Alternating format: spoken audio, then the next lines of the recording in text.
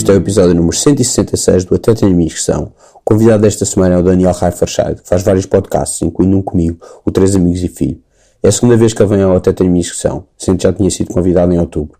É um episódio gravado à distância, visto que ele vive em Londres. Há pelo menos um erro no que eu digo, e deve haver mais.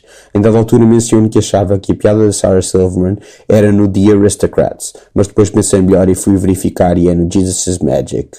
Como sempre, não se esqueçam de subscrever o podcast no iTunes, onde podem deixar estrelas e críticas, de partilharem com aqueles que mais gostam, nem se tornarem patronos no Patreon. E é isto.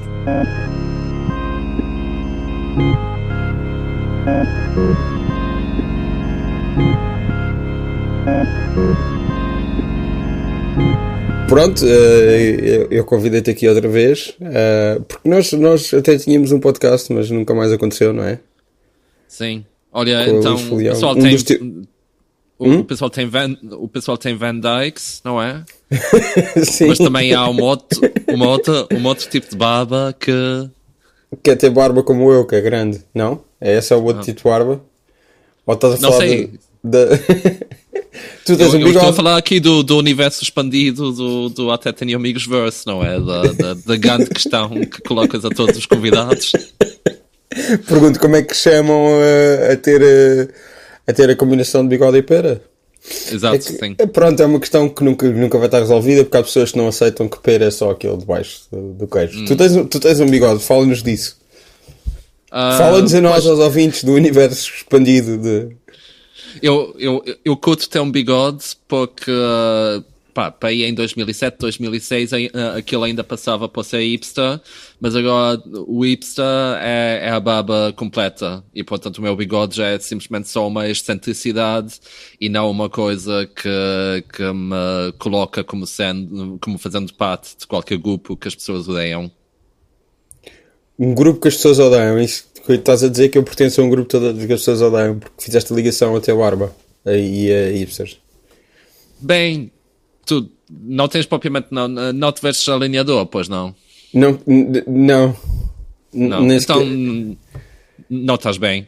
Mas também é aquela coisa, eu não estou a dizer que é mau fazer parte de um grupo que as pessoas odeiam. Quer dizer, é tipo, é meio chato, mas não quer dizer que seja uma falha de carácter, não é? Sim, mas sei lá, há grupos que as pessoas odeiam, tipo nazis. Sim, ok, nesse caso é mesmo mau.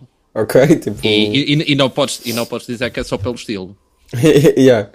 Porque agora eles vestem fato e usam polos, não é? E cortam o cabelo. O que de certa forma fala-os ainda piores, não é? Porque se há alguma coisa que era fixe naquilo eram os uniformes, mas pronto. É verdade, mas... É, pessoal. Não, mas agora tu falas também bastante nisso. Tem havido muitos artigos sobre estes não são os teus nazis do teu pai ou do teu avô. Yeah. Estes agora usam polo. Estes agora são piores, pá. São tipo, são ainda mais, tem toda a pura maldade dos nazis clássicos, mas depois ainda por cima, pá, sei lá, não sabem rasgar papéis, não sabem estar. E depois ficam chateados quando lhes chamas nazis e tal. Sim, eu estava antes de vir para aqui gravar isto contigo, a ouvir. Tu uma vez ouviste o Good One, o podcast do Vulture, de piadas? De piadas. Entrevistas a cómicos sobre uma piada específica da carreira deles. Normalmente é uma piada tipo, mais ou menos do início e meio da carreira e idealmente são pessoas que já estão um bocadinho mais avançadas na carreira. Mas o desta semana, que saiu tipo ontem ou hoje, não interessa, e só até se falar sobre isso, por isso é que tenho isto na cabeça e quero muito acabar, é com o Cameron Esposito. E ao contrário, em vez de ser sobre uma coisa do início da carreira, é sobre a hora que ela está a planear agora, uma nova hora, um novo especial que ela, entretanto, naquela conversa ela ainda não tinha filmado, ainda não sabia o que é que ia fazer, mas vai lançar dia 11 através do Vulture. Porque o Vulture agora comprou o Splitsider, não sei se sabes, juntaram os dois. Não sabia. Mas portanto, ela não acabou de lançar uma cena no Netflix também. Não, Cameron Esposito não. Mas ela tinha a série e tem a coisa com... Ela na entrevista chamou-lhe... Eu estava pensando no Tig Notaro, realmente. teachable moment aqui, não é? Tipo, Cómicas lésbicas são todas iguais. É verdade. Não consigo imaginar duas pessoas mais diferentes, na verdade. Que até é engraçado isso. A Tig Notaro, assim, lançou um especial tipo esta semana, tipo na semana passada, terça-feira. Não, mas ela tem um... Entretanto, aquilo vai ser dia 11 de junho pelo Vulture com aquela coisa do pay as much as you like, ou como é que se diz em... Tu é que falas inglês? Pay what you can ou pay what you like, não? Qualquer coisa assim, sei lá. Tipo um modelo Radiohead. E pronto, e a hora chama-se Rape Jokes. E é sobre este momento todo Me Too. E parte um bocado da ideia de ela vê a serem feitas piadas sobre violação e nunca são boas. São tipo, a piada fácil é aquela onda de usar o tabu para fazer rir e só dizer o conceito e faz rir. E pronto, estava a pensar muito nisso, porque ela depois começa a falar, e isto é ultra sério, ao contrário da maioria das entrevistas desse podcast, que não sendo propriamente a gozar, tem alguma leveza. É bastante fixe, porque... Mas então lá, é sobre uma piada específica que ela vai fazer, né? Sim, acaba por ser sobre a carreira dela e sobre uma coisa específica, que é ela também foi abusada enquanto estava na faculdade. E pronto, e é uma conversa bastante interessante, e é sobre como há muita ficção em que existem mulheres que são violadas ou o que seja, e nunca se centra as coisas tipo no como é que essa pessoa sobreviveu, o que é que ela está, o que é que ela sente, como é que ela ultrapassa isto. É sempre a ideia de que isso é usado como sei lá, um atalho para desenvolvimento de personagem, para explicar porque é que a personagem é tão motivada, ou tão isto, ou tão aquilo. E ela estava a dizer que saiu a meio do Kill Bill e pediu o dinheiro de volta, porque tentaram explicar o facto dela ser badass com terem batido na cabeça e tal. E ela diz que não, ela é badass porque é uma Thurman, e é bem badass, e a Zoe Bell é uma dupla incrível. Mas ela bastante divertido isso. Tipo, no Kill Bill fazem isso. A memória que eu tenho é que uma Thurman é badass desde o início, não é? Mas depois é traída e por isso tem aquele desejo de vingança. Mas antes disso ela foi treinada por aquele mestre. Sim. Ok, mas isso é aquela convenção de Hong Kong, não é? Aquela convenção do mestre cruel que te bate. Também, mas eu nem sequer me lembrava disso.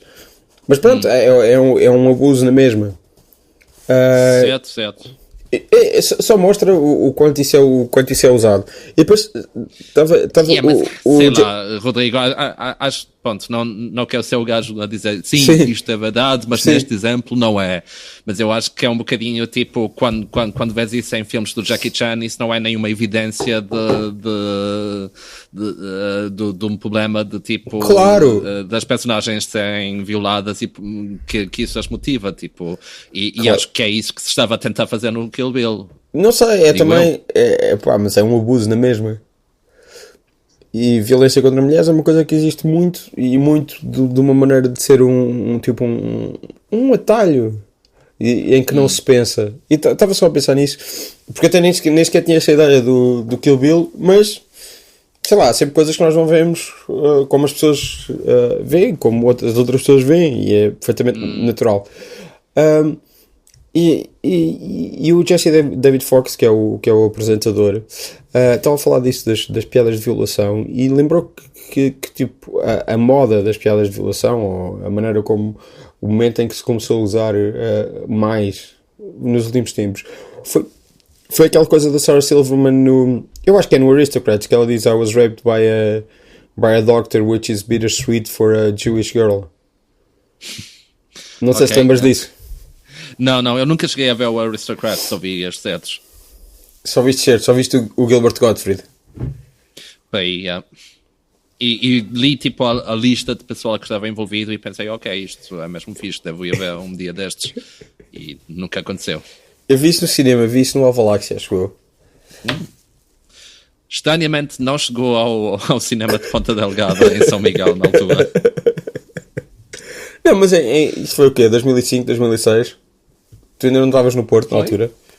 Se calhar já estava no Porto, sim. Mas acho que, pá, duvido que tenha chegado ao Porto também. Para dizer a verdade. Esse buraco negro de cultura que não tem o BFI, é isso que estás a dizer? Não, tipo, cinema no Porto, hoje em dia é mais fácil, mas nos meus tempos, cinema no Porto era realmente difícil, pá. Yep. Havia, tipo, pronto, havia os shoppings e depois havia, tipo, o Cine-Teatro do Campo Alegre que fazia as mesmas 5 retrospectivas, tipo, Godard, Antonioni, tipo, aquelas cenas, o B.A.B. do Art House, mas de resto é difícil encontrar as cenas, é um facto. É do Paulo Branco isso agora, já era na altura. Possível. Não me surpreenderia. O que costuma acontecer é as retrospectivas. Passam tipo no Nimas e depois passam um bocadinho no Campo Alegre. Uhum. Sim, acredito que tenha sido isso, sim. Mas já, tipo, nós não temos cinemateca, é a cena. Sim, mas tem agora o Trindade também é meio art house. Sim, e o Trindade é muito bom, sim. Mas lá está, já não vivo lá, também não posso falar muito. Claro, mas acho que o Porto em geral, em termos culturais, agora é uma coisa completamente diferente do que é nos meus tempos de estudante lá. Agora tens o BFI, tipo, ao lado de casa ou assim, não? Qual é a tua obsessão com o BFI nesse esquema? Não, eu não estou a falar eu não estou a falar da minha vida ser diferente, eu estou a dizer que a vida do Porto é diferente. Sim, não, e agora tens o BFI ao lado de casa. Sim, pronto, vou 1 hora de autocarro para chegar ao BFI, mas em Londres isso conta como ao lado de casa, portanto sim. Pá, eu também demoro bastante tempo de autocarro para chegar a qualquer cinema. E eu dou sempre 1 hora. Bastante tempo, diz ele. Não, sim, eu dou sempre 1 hora. Para não saberes. Okay. Eu dou sempre 1 hora. E às vezes demoro 1 hora, sim, às vezes demoro mais para ir a qualquer lado. Olha, estávamos a falar de piadas de violação. Sim. Tu conheces a Patricia Lockwood? Não. É uma escritora e poeta. Já sei. Espera, não. Isso soa uma... não, esquece. Ela tem um nome... já sei o que é que eu estou a confundir. Patricia Highsmith. Sim, não é essa. Não tem nada a ver. Pronto, e ela tem um poema... de certeza que também fazia rape jokes, mas... não, a Patricia Lockwood tem um texto chamado Rape Joke, que o pessoal ficou muito à nora de saber se aquilo era, tipo, contra a ideia de fazer rape jokes ou a favor da ideia de fazer rape jokes, porque, pronto, ela, tipo, logo a primeira linha é the rape joke is that you were 19 years old, portanto, é logo logo a pegar na cena mesmo de uma forma brutal, mas a cena final que ela fala é que no dia seguinte a violação, o namorado voltou e tipo pediu desculpa e deu-lhe, aliás, sim, pediu-lhe desculpa e deu-lhe o Pet Sounds dos Beach Boys e acaba assim. Estás a ouvir-me? Estou a processar essa informação. Yeah. Então, tipo... Esse twist final. Yeah. O fim do texto é: The rape joke is that the next day he gave you pet sounds. No, really. Pet sounds. He said he was sorry and then he gave you pet sounds. Come on, that's a little bit funny. Admit it. E é isso. Pet sounds bit at the end. Ok. Yeah, porque tem piada, entendes? Tipo, é aquela coisa, tem piada, mas não tem piada da forma como as rape jokes normalmente é suposto terem piada, entendes? Tem piada pela... De que forma é que é suposto? Sei lá, normalmente... É uma boa pergunta, não é? Tipo, nunca se sabe o que é que o público está a pensar.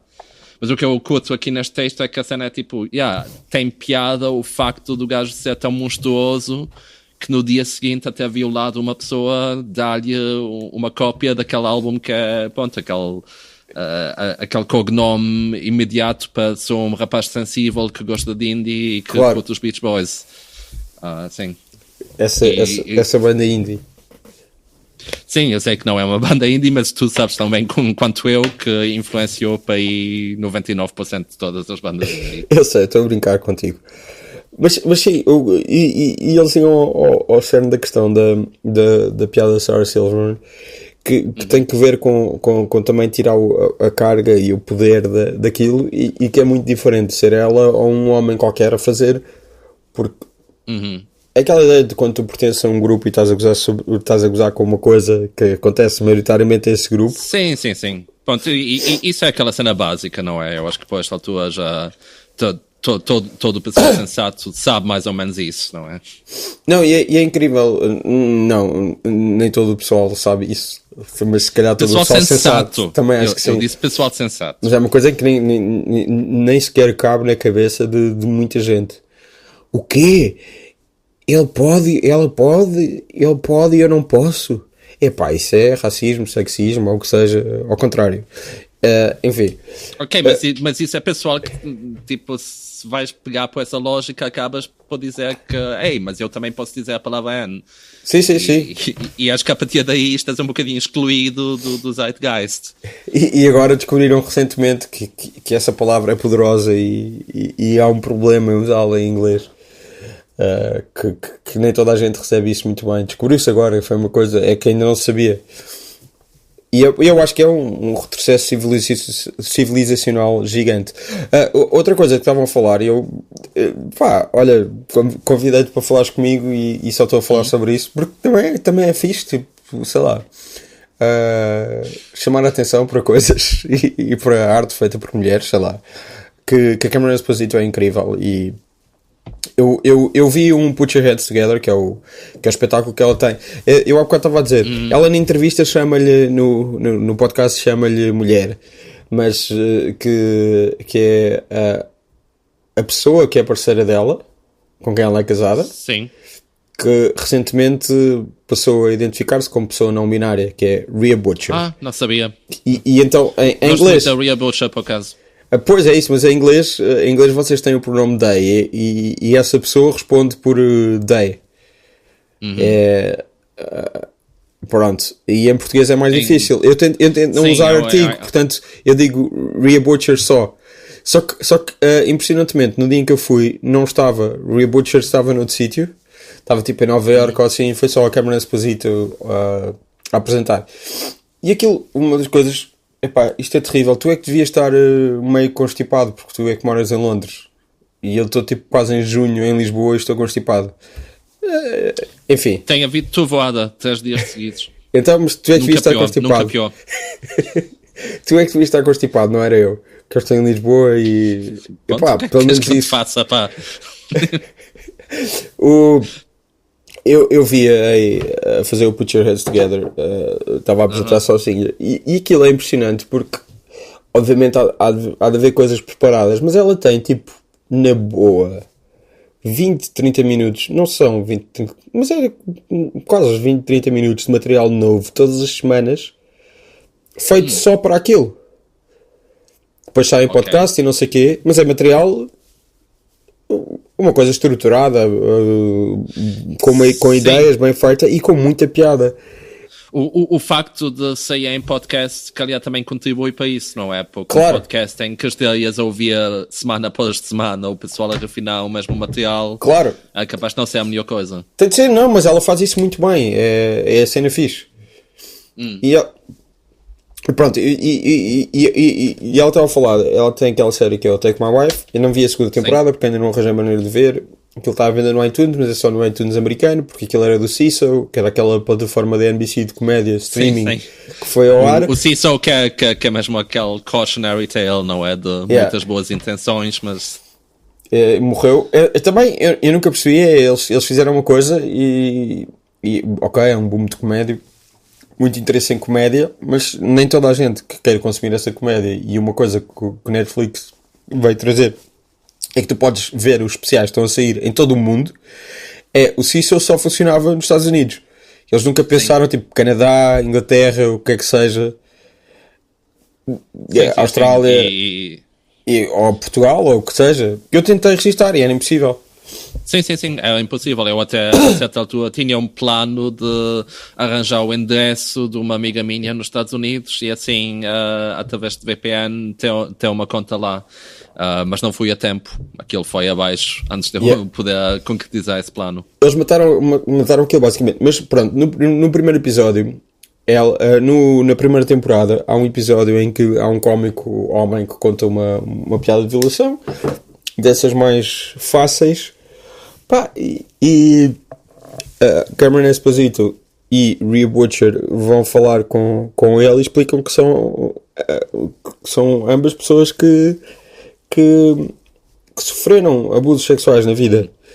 E pronto, e é aquela ideia de que os cómicos assumem que nunca ninguém passou por isso, ninguém que está a ouvir passou por isso, quando isso não é verdade, quando é muito provável que tenha passado ou não tenha passado. Como é que o gajo reage no programa? Eu já não me lembro, mas fica, pá, não é um teachable moment daqueles muito típicos de sitcom, acho que está mais bem escrito do que isso, só que eu já vi isso para aí há 1 ou 2 anos, já não me lembro muito bem, mas é muito bem resolvido. Eu lembro-me desse momento que foi bastante bom, e essa é a ideia da coisa, tipo, fazer piadas que sejam boas sobre esse assunto. E eu ainda não acabei de ouvir o podcast. Há uma história do Randy Newman que é um bocadinho assim. Tu sabes que o Randy Newman tem aquela música, o Rednecks, não é? Sim. Em que ele utiliza várias vezes a palavra N. E dentro do contexto faz algum sentido, não é? Tipo, podes discutir a mesma se é aceitável ou não, mas nitidamente não é feito com um intuito racista, não é? É mais a mostrar a hipocrisia do norte perante o sul na ideia de, não, os racistas são os outros. Que é aquela coisa que, ponto, que as costas dos Estados Unidos fazem com o resto dos Estados Unidos e a Europa faz com os Estados Unidos em geral e etc, não é? É sempre aquela coisa de, os racistas são os outros. Mas o Randy Newman contou uma história de ter tocado um concerto qualquer em que passou o Rednecks, em que tocou o Rednecks, ele não é DJ, não passou os teus próprios discos, mas que depois disso veio um rapaz negro falar com ele e ele disse, tu sabes que eu sou o único negro neste público e que se calhar não é muito fixe para mim ouvir essa palavra nesse ambiente. E o Randy Newman ficou mesmo tipo, isto realmente é fodido e se calhar não devia ter feito. Eu acho que já contei aqui no podcast esta história. Uma vez estava a passar música na Avenida da Liberdade, num quiosque. A Avenida da Liberdade é uma avenida em Lisboa. Tu que és dos Açores e do Porto e de Inglaterra, se calhar não sabes. Sim, toda a gente tem a obrigação de saber as ruas todas de Lisboa. Não, esta é a rua... Centro do mundo. Sim, na Avenida da Liberdade. E pá, há os Afocinhos do Condado, a banda do Jimba. Tem uma música que se chama Noites Quentes e tem muito diz assim, mulata, queres dançar e não sei o quê, que é mano, é fixe, mas eu estava tipo um grupo de pessoas negras e lembro que eles ficaram um bocado desconfortáveis com aquela letra. Eu nunca tinha pensado nisso e acho que tinham toda a razão, na verdade, para estar tipo. Senti-me um bocadinho mal, não o suficiente para ir pedir desculpa, porque podiam estar desconfortáveis com outra coisa qualquer. Eu é que só percebi aquilo. Sim, naquela altura. Tu não puseste o disco a rodar no momento em que eles entraram no lugar, pois não? Sim, não, pronto, mas eu acho que estava. Parecia mais ou menos que isso estivesse a acontecer, porque cada vez que eles diziam tipo, mulata quer dançar, não sei o que, não sei o que mais. Pronto, foi ali desconfortável, mas... Sim, pensas que eles pudessem pensar que é aquela coisa do banco iónico, não é? Sim. E pronto, isso acontece. E depois a coisa dos racistas são os outros, os racistas somos todos nós, obviamente. E pronto, eu estava a falar da Cameron Esposito, eu acho que já podemos parar com isso. Tipo, tinha um lançamento especial dela e... deve ser fixe, porque ela tem bastante piada, digo eu. Eu conhecia a primeira vez, eu por acaso conhecia quando ela começou o Put Your Hands Together, porque foi o sucessor do Comedy Bang Bang, não é? aquele espaço ao vivo. E depois ela foi ao Craig Ferguson. Não sei se tu alguma vez viste isso. Não, man, eu não vejo talk shows. Não é vezes com talk shows, é vezes a estreia dela no Craig Ferguson. Ela foi fazer stand-up. E estava lá ok. estava lá o Jay Leno. E tu conheces a figura da Cameron Esposito. Ela é uma pessoa que manda sempre o seu Canadian Tuxedo. Que não sei se preciso explicar a expressão para quem estiver a ouvir, que é ganga integral, basicamente. É um casaco de ganga, calças de ganga, não necessariamente a camisa de sim. ganga ou a t-shirt de ganga ou o que seja. Eu agora lembro-me vagamente, é uma cena qualquer do tipo de eles serem separated at birth ou uma merda assim. Não, que ela tinha um segmento sobre ela supostamente teria um segmento sobre a ganga do Jay Leno, só que ela no backstage viu o Jay Leno com ganga e pensou, fixe, vou poder manter. Só que depois ele mudou de roupa antes de ir para o programa em si.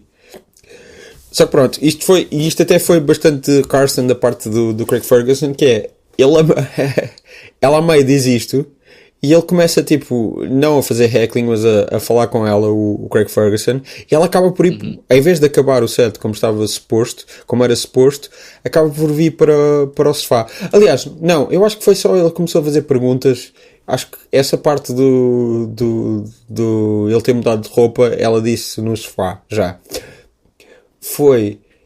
Já não sei porque ele chamou para o sofá e não Isto fez... acho que é uma excelente história, Rodrigo.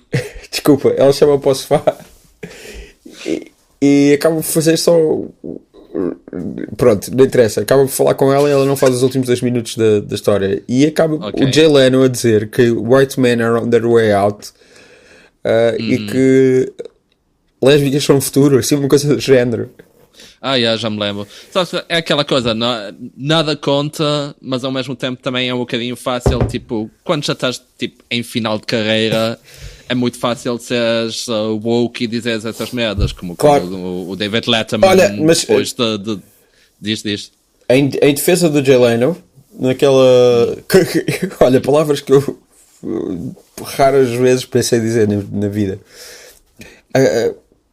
Quando o Judd Apatow lançou aquele livro das entrevistas que ele fez quando era miúdo, que ele tinha um programa de rádio lá na escola, e então fingi que ele era maior e trouxe lá vários cómicos. Eu ouvi, eu acho que foi no Maron, num certo dele a falar com o Leno.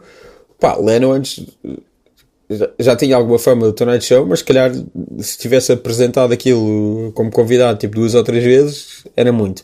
Início dos anos 80, não, se calhar já tinha apresentado mais, mas pronto, era uma estrela grande por causa do Tonight Show, de ir lá muito com o Carson, mas não era o apresentador do Tonight Show, não era nada do que viria a ser. E era ele a falar que muitas vezes havia muitas piadas sexistas e muitas piadas, já não sei se ele diz racista, não sei o que, e eu fiquei tipo, que estranho, o Jay Leno assim. Bem, eu já tinha esse discurso na altura. É verdade que o Jay Leno nunca fez muito, quer dizer, tipo, na sua cena de late night é aquela coisa que, tipo, eu nem sei porque é que o pessoal distingue muito, porque aquelas piadas de monólogo... São todas iguais. Exato, não sei se ainda é o caso, mas quando eu via o Leno e o Conan eram completamente iguais, tinha mesmo aquele manual de, ok, celebridade X esteve nas notícias, vamos fazer uma piada sobre ser gordo. Exatamente. Celebridade Y, vamos fazer uma piada que ela trai a esposa. Merdas assim, não é? Mas fora isso, eu nunca achei que o Jay Leno fosse muito edgelord, não é? A cena do Jay Leno é mais que é chato, não tanto que é ofensivo. É o milk toast, como vocês dizem. Sim. Aí na vossa terra, na tua terra. Sim, mas... tu sabes que ele não toca no dinheiro do Tonight Show? Como assim não toca? E ele gaba-se de ainda não ter gasto nenhum dinheiro do Tonight Show. Ok, é para deixar os herdeiros? Não, ele não tem filhos. Ele não tem herdeiros. Então qual é o sentido? Ele continua a trabalhar, ele tipo, todos os fins de semana vai fazer espetáculos não sei onde. Bem, isso é aquela coisa, eu entendo um bocadinho. É um bocadinho como aquele modelo do Woody Allen e do Clint Eastwood de simplesmente continuar a fazer filmes Sim. de merda, porque sabes que mais dia menos dia morres e portanto é mais fixe estás no ativo e estás sempre a fazer algo porque tens algo em que pensar, não é? Claro. Então se o Jay Claro. Leno tem que pensar, olha, no domingo tenho um gig, isso é mais fixe do que ele está a pensar, olha, cá estou eu. E não se passa nada. Sim, mas é estranhamente específico ele nunca ter tocado no dinheiro do Tonight Show. Sim, e é um moralismo um bocadinho estúpido, principalmente se ele não tem herdeiros. Tipo, Sim, mas pá, para quê, man? Tipo, ele também só gasta. Em que é que ele gasta dinheiro? Em camisas de ganga, em calças de ganga em carros, não? Ele e não em tem carros, na em cena dos carros antigos. vintage. Sim, mas se calhar tem dado para tudo. Possível. Não, mas o mais estranho é ele gabar-se disso. Tipo, eu não vejo muitas entrevistas com o Jay Leno, mas eu sei isto sobre ele, estás a perceber? Sim, eu acho que ele gabar-se disso não é assim tão estranho, tipo, quer dizer, é estranho na minha mentalidade, mas acho que na mentalidade dele se calhar não é, porque para ele mostra que ele é um gajo que economiza e é um gajo que tem, tipo, uma vida bem organizada e tal, e não, pá, não gasta tudo em farra como os outros, não é? Yeah. Acho que se calhar é por aí que ele caía, mas é um bocadinho ridículo, sim. Eu já não me lembro se foi. Eu acho que foi o Chris Hardwick. Eu acho que foi quando a Joan Rivers foi ao Nerdist. Portanto, já estou a datar isto bastante. Porque ela morre tipo em 2014, 2015. 2014, acho eu. Ela foi ao Nerdist e ele explicava que, pá, que quando ia convenceu tipo, os amigos todos a irem ver o Jay Leno tipo a Vegas ou assim. Porque ele cresceu a ver o Jay Leno a fazer stand-up e tipo dizia-lhes: pá, fogo, não, isto é muito melhor do que as cenas que o gajo faz no Tonight Show, é bué da fixe, se tem de ver, ele é bué fixe. E foi uma merda, e ele teve que pedir desculpa aos amigos todos. E isso é como aquela piada do 30 Rock logo na primeira temporada em que o Writer's Room está todo a dizer a Tina Fey que o Tracy Morgan, tu só conheces dos filmes, mas olha que o stand-up dela é muito fixe. Jordan. E que se foda, tipo, se eu disse a Tina Fey, tu também não corrigiste para Liz Lemon, portanto. Estou só a brincar contigo. Pois. E passa para aquele clipe do Tracy a gritar num palco qualquer: Women, give up the bud, give up the bud. Isso não é um aquele bocado isso, não é? White people dial the phone like this. Pu, pu, pu, pu, pu, pu, pu. Black people dial the phone like this. Pu, pu, pu, pu, pu, pu. Não te lembras desse? Sim, lembro-me vagamente. Também é essa coisa, ou não? Porque isso era o stand-up do Tracy Jordan. Cara, é tão bom. Tão bom. Por acaso, eu sempre tinha visto que o Donald Glover escrevia quando ele escrevia 30 Rock, não é? A seguir a Derry Comedy. Aliás, ele escreveu um spec script dos Simpsons, que é uma coisa que se diz sempre que não se devia fazer porque é tão específico e tão difícil e não sei o que mais. Ele escreveu foi logo contratado para 30 Rock. E havia sempre, nos artigos vinha sempre que ele escrevia muito para o Tracy Jordan. E eu acho que foi agora, aqui há uns tempos, quando houve a peça da New Yorker, do Ted Friend, sobre ele, que tem muito que se lhe diga a peça, mas que ele não escrevia assim tanto para o Tracy Jordan. Era só uma coisa que as pessoas assumiam porque ele é negro, a personagem é negra.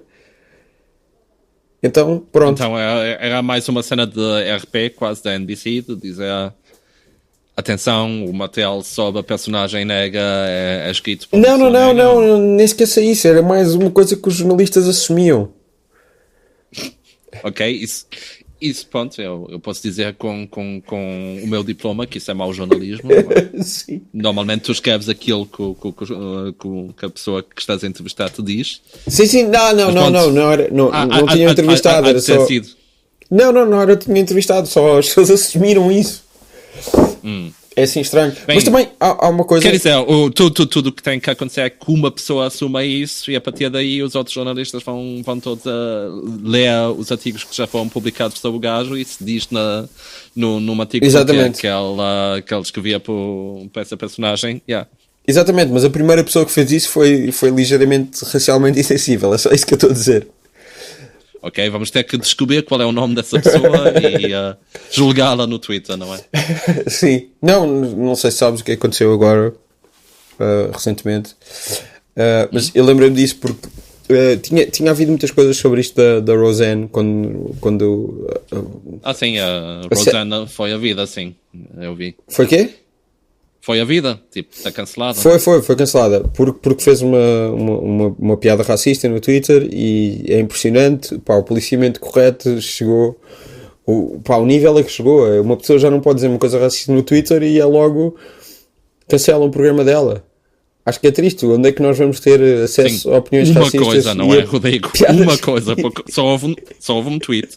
De resto, o comportamento dela foi exemplar durante todo este tempo. Sempre, ela nunca tinha dito o que quer que fosse. Mas sabes que a cena estranha é que tipo, toda a gente que realmente vê o programa, que eu não vi, nem tenho grande interesse em ver esse reboot, até fala bem do programa, o que é uma tristeza, porque pensas depois, tipo, se calhar, tipo, pessoal fichas que vê para isto e tal, e agora perderam todos os empregos porque a Roseanne é maluca. É verdade. Vamos não usar maluca, se calhar, porque ela é má onda. Sim. A saúde mental dela acho que não vem aqui para o caso. Bem... Há de vir um bocadinho, mas tipo, ela é má onda, ela é ativamente má onda, é ativamente racista, transfóbica. Sim, ela é tudo isso, mas ela é tudo isso de uma forma tão descontrolada que mas... parece pelo menos mostrar nenhum instinto de sobrevivência. E eu sei onde é que quer chegar, que não devemos estigmatizar as pessoas com distúrbios mentais, etc. Sim, eu sei. Mas estava só a dizer que não é só uma cena de ser má onda como muita gente é má onda. É uma cena mesmo autodestrutiva. Sim. Mas agora lembrei-me disso porque a Wanda Sykes, em quase todas as coisas que vinham sobre isto também tem que ver não só com assunções, com as coisas que as pessoas assumem, meio com insensibilidade racial, mas a Wanda Sykes vinha em vários sítios como sendo a head writer do Roseanne. A Wanda Sykes. Exatamente a Wanda Sykes que tu estás a pensar. Não é outra Wanda Sykes. Não inventaram outra Wanda Sykes. É a própria. E ela, logo que aconteceu esta porcaria, ela disse que ela deixou o posto de trabalho lá e foi noticiado que ela era head writer. E ela respondeu que não, ela era só consulting producer. Mas basicamente head writer é um título que as pessoas têm que não aparece propriamente nos créditos. Por acaso falámos na Tina Fey, ela aparece nos créditos, ela quando era head writer do SNL, eu acho que o SNL acredita mesmo head writers. Mas as outras séries não se faz, sim. Um head writer é um produtor executivo e há vários produtores executivos e tu não sabes qual é o papel de cada um, quem está à frente daquilo. Mas pronto, que neste caso eles fizeram isso para se defenderem um bocadinho antecipadamente de quaisquer críticas. Sim, mas não sei, vinha nos artigos todos e agora ela diz que era só consulting producer, é um bocado estranho. Sei que era quem? Era a Whitney Cummings, também estava metida nisso, também era meio head writer daquilo. Não sei que agora para a segunda temporada a Jenna Friedman, que foi convidada a este podcast, ia escrever para a série. Mas acho que isso já não vai acontecer, não é? Mas também chega a um ponto em que, fogo, ela estava tão monstruosa, como é que tu ias trabalhar naquele programa quando tu tens uma carreira fora disso? Tipo, a Wanda Sykes não precisava de ser não precisava trabalhar ali, se calhar ia tornar a coisa melhor, que, sem dúvida, e que provavelmente isso aconteceu. Lembro da Sarah Silverman dizer que ficou muito impressionada com o primeiro episódio e não sei o que mais, mas tipo, sei que a Morgan Murphy, que também não sei se alguma vez viste alguma coisa da Morgan Murphy. Sim, conheço. Sim. Eu via, por acaso, eu não vi muita gente a fazer stand-up ao vivo na vida, mas vi a Morgan Murphy a abrir para o Rob Delaney em Londres. E ela é muito fixe. E ela escrevia também para a primeira temporada e lembro-me que há uma jornalista que é a Parker Molloy, tu já deves ter visto no Twitter. Não, por acaso não conheço. Pronto, ela escreve sobre política e coisas relacionadas com direitos transgênero, porque ela é trans. Passou-se completamente com a Morgan Murphy por escrever para uma pessoa que era tão ativamente má onda e e extremamente transfóbica. Tipo, quase tudo o que a Roseanne tem dito nos últimos anos é tipo ultra transfóbico, tipo, uma cena mesmo tipo de má onda a sério para com pessoas trans. Sim, não, ela Estranho. Já há muitos anos, sei lá, estranho não acho. Estranho, tipo, estranhíssimo, uma apoiante de Trump ser isso. Eu sei lá, eu acho, sei lá, as pessoas têm que comer, não é? Sim, Tipo, mas não, mas há pessoas... tantos guionistas que escrevem para cenas que eles sabem que são uma merda total, e aí, Claro que pronto, sim. eu sei que não é diferente porque não é uma questão moral, é uma questão estética, não é? Mas claro que sim, mas há pessoas... Mas mesmo assim... Se formos cá, pessoas que estão com um perfil bastante elevado. Tipo, a Wanda Sykes... Claro que a Wanda Sykes também há a parte da Wanda Sykes, teve montes de... Ela teve o seu próprio programa, teve um talk show, etc. Também há tido muitas oportunidades que ela não teve. Apesar dela ser grande, ela é grande. Tipo, ela tem... Deve ser bem paga pelos espetáculos, deve ter muita gente de espetáculos, essas coisas todas, deve ter poder... Sei lá, não é uma pessoa muito... Bem, mas imagina, por exemplo, o John Goodman também aceitou. Essa é a pessoa mais estranha de ter aceito, a sério. O John Goodman é o John Goodman, não precisa certamente. Não, nada nitidamente não precisa, não é? Tipo. É estranho. Tem aquela carreira no cinema que, pronto, filmes como Blues Brothers 2000. Esse clássico. Sim. Não, mas estou a brincar, mas sim, o John Goodman é dos meus atores favoritos e nitidamente não precisava, mas eu acho que se calhar tipo, estavam todos com fezada que ia ser fixe. O programa iria ser tão bom que ia transcender o comportamento do membro do elenco, não é? E como eu disse, de tudo que eu vi, o programa realmente é bom, mas... Sim, mas ela decidiu centrar aquilo em eles apoiarem o Trump, é um bocado... São outras coisas. Sim, mas ao mesmo tempo também, pronto, agora podes entrar naquela discussão. Podia ter virado uma cena tipo All in the Family, por exemplo, não é? Sim, está bem. A Ivanka, certeza que apoia o Trump. Não, é? Não, mas não há dúvida. É um bocado diferente, porque o Carol O'Connor não apoiaria o Trump. Pois não, mas eu acho que se o Carol O'Connor apoiasse, e mesmo assim todos os guionistas do All in the Family fossem os mesmos e os enredos fossem os mesmos, não me faria assim tanta impressão, para dizer a verdade. Há uma cena, uma vez ouvi um Nerdist Writers Panel que tinha o Jack Burdett. O Jack Burdett era um gajo que escrevia para o 30 Rock e é o criador de Last Man Standing. Ele ainda escreve para Unbreakable Kimmy Schmidt, na verdade. Também escreveu para o Mindy Project, estou aqui a ver. O que é que ele escreveu para o... É um working scriptwriter, não é? Escreveu para o Frasier e para o Mad About You e não sei o quê. Não é um working scriptwriter, é alguém que ele criou Last Man Standing. E ele... Bem, sim, então deve ser a nata de Hollywood. não, mas fogo. É um gajo que trabalha. Também escreveu Modern Family, Mindy Project. Bem, sim, é isso que eu estava a dizer, não é? Modern Family. Estava a dizer que ele é trabalhador. Sim, é trabalhador, mas trabalhou em coisas bastante grandes e deve poder ter o que quiser. Mas ele dizia que montes de vezes ele lutava mais ou menos com o Tim Allen e o Tim Allen deixava safar-se com coisas. Desde que eu mando aqui a minha laracha e que eu mando aqui a minha opinião, podem fazer o que quiserem. Que havia assim tipo... isso. Havia tipo... discussões que podiam... filosóficas que eles podiam dizer o que quiser, fazer a sua propaganda, que se o Tim Allen dissesse homens brancos que vendem cocaína e denunciam os seus amigos e depois não vão para a prisão e depois tornam-se conservadores idiotas que dizem que ser republicano e apoiar o Trump em Hollywood é como ser judeu no Terceiro Reich. É na boa. Os gajos da Pixar devem estar fodidos, não é? O Toy Story de resto ele não é relevante para nada, mas... Por acaso, aquela piada do Ricky Gervais, tu sabes que eu já não sou grande fã dele, não é?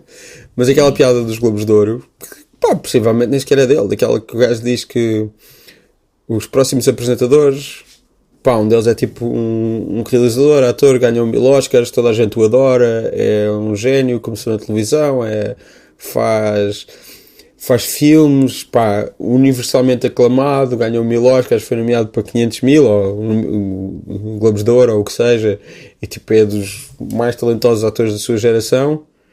E o outro é o Tim Allen. Eu achei boa piada a isso na altura. Porque é o Tim Allen e tipo, o Tim Allen é um alvo que é sempre fixe atingir.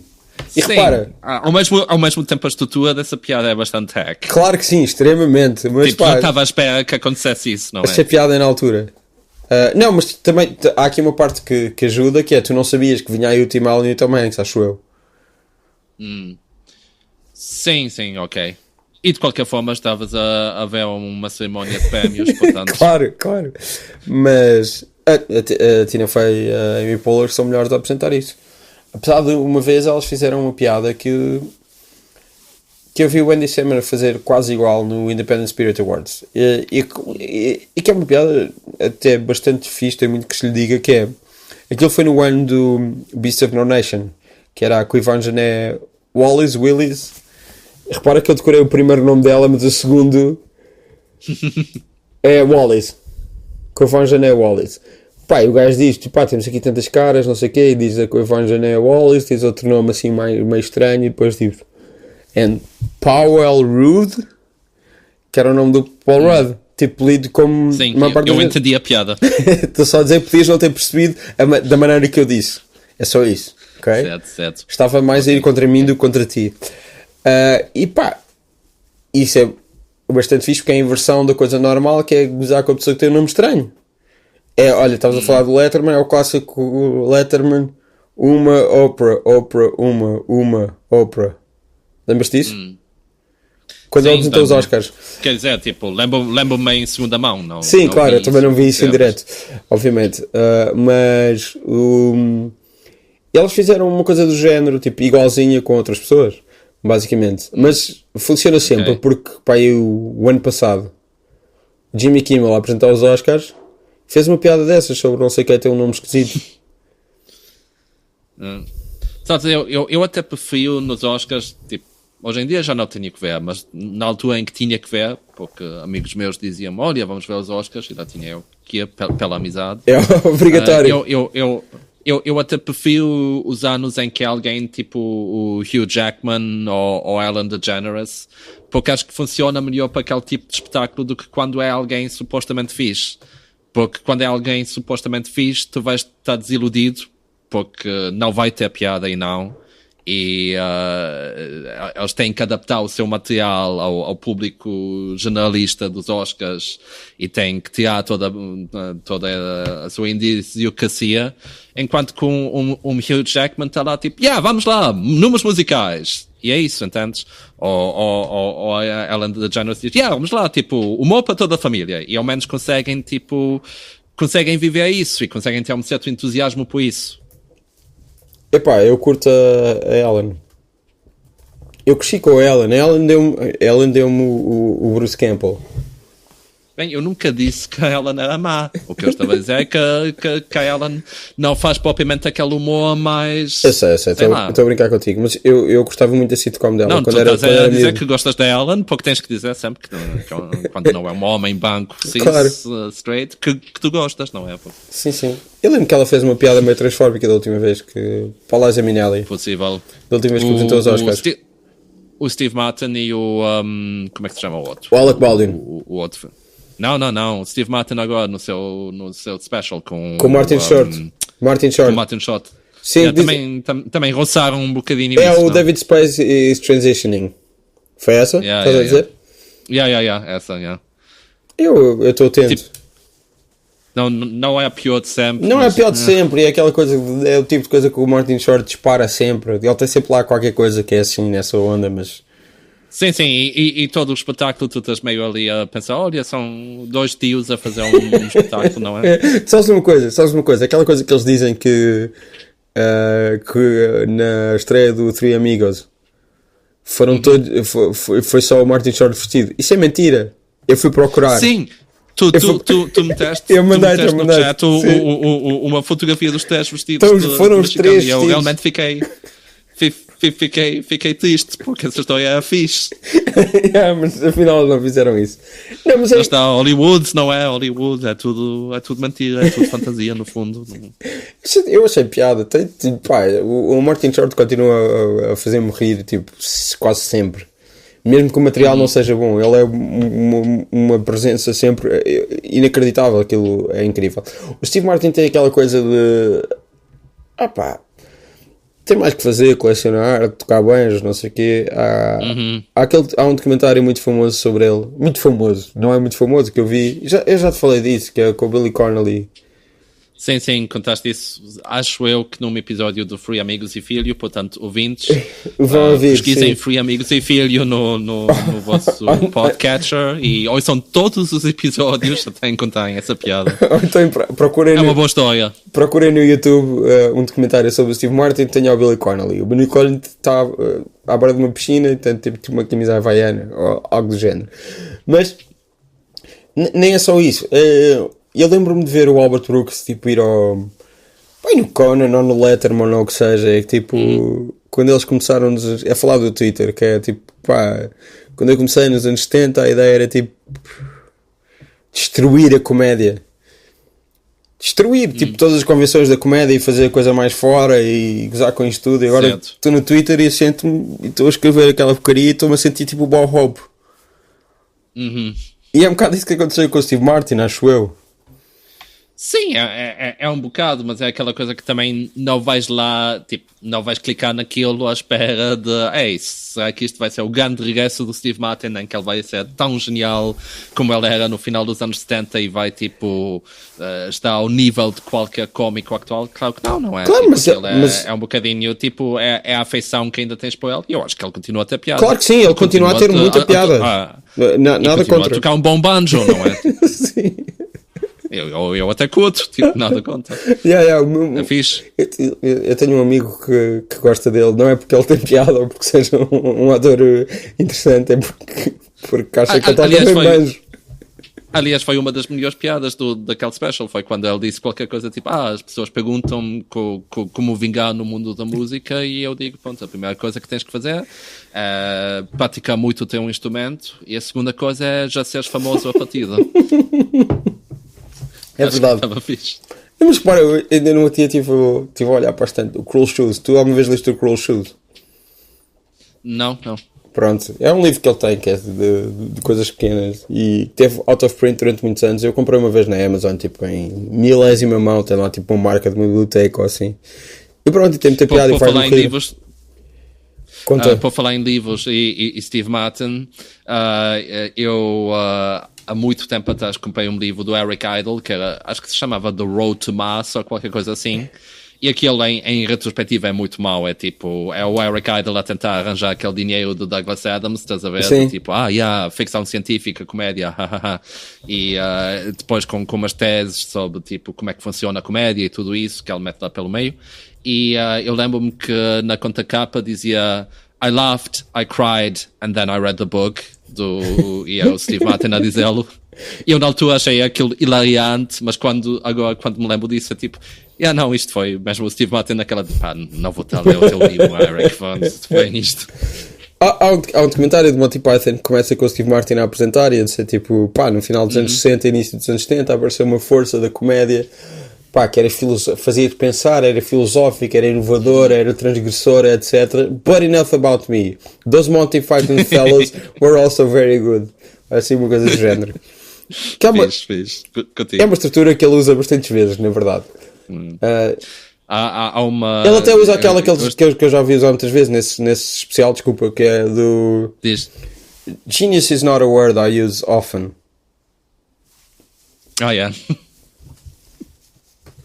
E é só isso. Sim. Não, mas funciona. Funciona bem. O Let's Get Small continua a ser tipo dos melhores. Adoro, Let's Get Small é tão bom. Claro que sim, Let's Get Small é ótimo. Muito bom. Eu lembro de pronto, a vez em que eu falei com o Paul F. Tompkins, o Paul F. Tompkins cresceu a adorá-lo e deixou de gostar dele. Já não. Eu Tu leste o Born Standing Up? Não, também não. Que ele dá a justificação daquela cena do... Apesar daquela justificação, eu deixei de fazer stand-up porque, pá, ao meu nível já não dava para ficar maior. Tipo, pá, cheguei ao topo do stand-up e, pá, depois já não dava para fazer mais. Que é um bocado parvo. Que ele pode continuar a trabalhar na sua arte, etc. Só não vai ficar mais famoso. Ok, uau, coitado. E depois é aquela cena de ele começou a usar o fato branco. Não, mas a cena, tipo, eu entendo um bocadinho, porque a cena de estás no topo não quer só dizer que não tens mais o que ambicionar, quer dizer também que acabas por estar num ambiente tão rarefacto que aquilo muito facilmente vai ser um impedimento à tua criatividade, não é? Sim, porque, também, mas... Sei lá, eu prefiro que as pessoas façam isso do que fiquem tipo até aquela longa descida de carreira em que eles ficam cada vez mais chatos e a certa altura já não te lembras porque é que gostavas deles no início, não é? Que estranho estarmos a falar da estrela do Bringing Down the House. Bem, mas lá está, tipo, ao menos não é um número de stand-up mau, entende? É tipo, sim, ok, sim. é um filme, ele nunca foi o maior de todos os tempos, não é propriamente o Robert De Niro a aparecer no Meet the Parents, entendes? E portanto consigo ignorar mais facilmente. E no Meet the Fockers e no Meet de não sei quantos. Sim. Se bem que eu admito que quando o Bill Murray teve aquele ressurgimento que eu estava mesmo naquela, a seguir vem o Steve Martin e não veio. Não, o Steve Martin tem ali qualquer coisa que pode fazer um dia desses. Não sei. Mas e depois há aquela coisa do fato branco. O gajo começou a usar fato branco porque era a maneira que ele podia ser visto no estádio. O gajo estava a tocar num estádio e era a única maneira de toda a gente o podia ver. Eu não sei se isso faz assim tanto sentido quanto o Steve Martin queria usar um fato branco. Sim, mas o fato branco dele tem pinta, realmente. Claro! Então, fogo. É muito melhor do que os fatos que ele usa agora. Aquilo é uma desgraça. É uma cena mesmo, tipo, que eu também me pergunto como é que, como cómico, consegues sequer tocar para um estádio, tipo... Yeah. Mas dói tanto a cena. Ele foi, tipo, dos primeiros a fazer isso. Se não o primeiro. Antes também não havia... Tu tinhas Richard Pryor. Tipo... Bem, sim, não, mas o que eu estou a dizer é, tipo, antes dessa geração havia stand-up, mas não é a mesma coisa. Sim, havia o Mortsal e não sei o quê, mas era... Sim. O Mortsal é dos primeiros, começa a escrever o próprio material e depois vem essa gente toda. Sim, mas imagina o Mortsal num estádio, pá. Tipo, fazer piadas sobre, sei lá, a economia americana desse ano. Ou o Dick Gregory. Que ficava muito chateado quando diziam que ele era o Mortsal negro e dizia que o Mortsal é que era o Dick Gregory branco, porque eles começaram tipo independentes um do outro mais ou menos ao mesmo tempo. Sim, e pronto, é aquela coisa típica também, não é? Do tipo de teres que classificar um artista negro como sendo a versão negra de X, obviamente, claro. É insultuoso a partida. Claro. Havia um gajo num fórum de música que eu ainda visito que tinha a mania que é o Alex? Não posso confirmar nem desconfirmar. O gajo é bastante pateta. Então uma coisa que ele estava sempre a dizer é que ele curtia muito o Ice-T, curtia muitas posições políticas do Ice-T. Então ele dizia que o Ice-T era o Jello Biafra with a tan. É aquela coisa mesmo, tipo, porquê, man? Porquê que tens que dizer isto? É porque dizer simplesmente que gostas do Ice-T. Eu cheguei a ouvir, ele tinha um podcast que era o Final Level. Sim, eu também ouvi para aí um episódio daquilo. Era bom. Tipo, é ok, mas sabes como é podcast? Há tantos momentos claro. Que um gajo tem que... Claro, e tipo, metade deles são teus. Só porque eu tenho uma boa ética de trabalho, olha, tipo, e os meus podcasts só tenho um que é semanal, os outros estão tipo de 2 em 2 semanas ou assim. Não tenho a tua vida, se podes ver. Não, mas fazes tipo 20. eu, tipo, tive a experimentar coisas, a ver, tipo, estou nessa fase da vida, entendes? Tipo, que eu experimentar coisas novas, que eu ver coisas novas, como os participantes no Terrace House, Boys and Girls in the City, que eu vi este fim de semana passado, quase a série toda. Okay. Conheces? Não sei o que é um reality show japonês. Ok. Que aquele é tipo o Big Brother, mas não é bem como o Big Brother, é mais tipo The Real World. Sim. Porque são tipo 3 rapazes e 3 raparigas, início dos anos 20, finais dos seus 20, que vivem juntos num apartamento em Tóquio, mas eles vão a sua vida e tratam do seu emprego e tal. E eu normalmente não sou muito de reality show, mas o que me pegou naquilo foi a cena de tipo, de 20 em 20 minutos tens tipo um panel de pessoal a analisar o que acabou de acontecer. E como é aquele modelo japonês, não tens tipo 2 pessoas, tens tipo 7 pessoas. Inclusive um miúdo de 14 anos que parece um boy detective mesmo. E a cena é que tipo, mais interessante do que ver o que é que as pessoas fazem, porque as pessoas, tipo, nitidamente não têm aquela cena de eu não vim aqui para fazer amigos e aquela frontalidade toda, não é? Que tens no reality TV ocidental, digamos assim. As cenas são um bocadinho mais subtis, toda a gente é mais ou menos simpática, cara a cara, mas depois, tipo, a substância daquilo é a mesma merda que é nos programas de reality TV em todo o lado, não é? Tipo, são pessoas que se têm, pessoas que somos todos iguais, se apaixonam e que se desapaixonam, sim, é aquela universalidade. Mas o que o torna culturalmente específico não é isso, mas a forma como os analistas olham para aquilo, entendes? Tipo, há um episódio em que um deles diz qualquer coisa tipo, se elas fizerem isto, então não há esperança para o nosso país. E a resposta de todos os outros é, isso é muito exagerado, man. E fica-se naquela de tipo, isto é aquele clichê do este país está perdido que ouve todos os dias no Ocidente, mas que eu nunca tinha ouvido num contexto japonês, e é fixe apanhar isso num contexto japonês, entendes? Sim. Ou então, tipo, tens o gajo que é meio o heel da história, e finalmente as 3 miúdas reúnem-se no seu quarto e decidem que não gostam do gajo, e o gajo é tipo bué má onda, manipulativo, manda mensagens a intrigar e tudo isso, mas elas decidem que não gostam do gajo porque ele é jogador de beisebol e devia estar a focar-se mais no seu jogo de beisebol e menos noutras coisas. Então é mesmo aquela cena culturalmente específica japonesa de tipo, a cena mais importante é tipo cumprias o teu trabalho e não tanto, sei lá, as relações interpessoais. Achei interessante. Pronto. Ok. Não, parece-me interessante. Eu é que não consigo muito reality shows. Por exemplo, estávamos a falar do Ice-T, não é? Ele teve o Ice Love de Coco, eu só consegui ver o primeiro episódio. Man, essa eu adorava, porque era tão claramente não verdadeiramente reality TV, aquilo era tão claramente tipo enredos de sitcom. Sim. Com o Ice-T e a Coco a tentar dar aquela ideia de não, isto é real, isto é a nossa vida, e é tipo, não é, tipo, só faltava o episódio em que vem tipo o primo irritante visitar ou qualquer coisa assim, estás a ver? Mas em geral eu também não gosto muito de reality TV, mas há certas coisas que são interessantes, como também em Portugal a certa altura havia o Querido Mudei a Loja. Sim. Que aquilo era tipo, primeiro tinhas o Querido Mudei a Casa, não é? Claro. Que era só tipo, pronto.